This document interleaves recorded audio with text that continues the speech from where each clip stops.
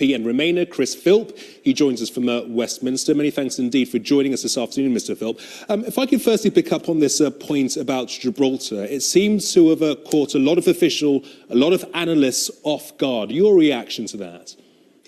Well, I think it's rather cheeky of the European Union, no doubt encouraged by Spain, to slip this in. It's a rather cheeky attempt, I think, just to tweak our tail.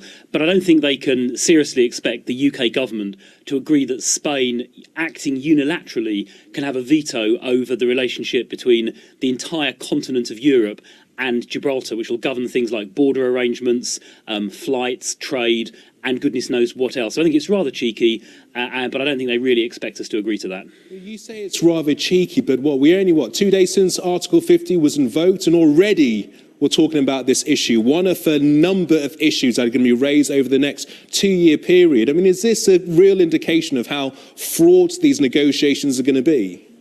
Well, look, no one said these negotiations were going to be easy, but we've already seen a softening of the European line in the last 24 hours. Yesterday, Merkel and Hollande were saying that there could be no discussions about trade at all until the so-called divorce deal was agreed.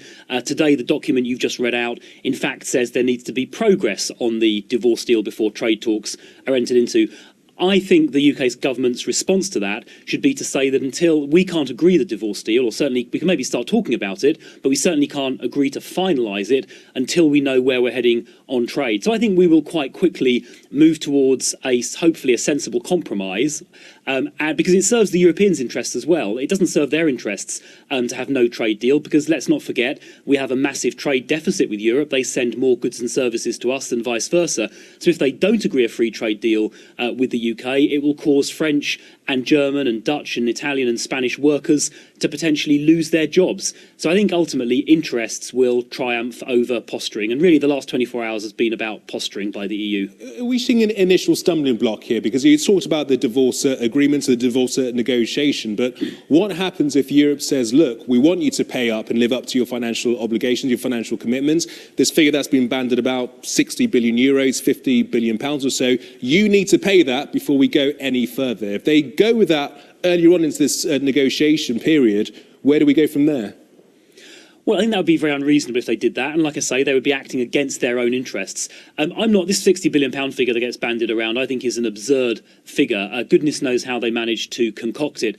Don't forget, there are European Union assets over which the UK has a claim. For example, we've put £10 billion of capital into the European Bank, which we're perfectly entitled to ask back, and all kinds of other European assets we have partly funded, like the European Parliament building, over the last 40 years. So I don't think any figure anywhere near £60 billion is remotely reasonable, and I wouldn't expect the UK government to agree to that. You voted for the United Kingdom to remain in Europe. So now, moving forward, what would you like to see the Prime Minister do? What would you like to see David Davis do as we're going into this negotiation period?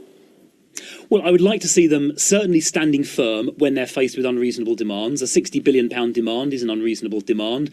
A refusal to discuss trade until the separation terms are agreed would also be an unreasonable demand. So I expect to see strength and firmness from our side of the table, but I also expect the UK government and their European opposite numbers in the Commission and the nation states to rapidly move towards a sensible free trade deal that covers goods and services, which allows the city to continue providing financial services to Europe, because that is in their interest as well as ours. It's in their interests to keep exporting goods over to us. We're the biggest export market for German cars. We're the second biggest export market for French wine.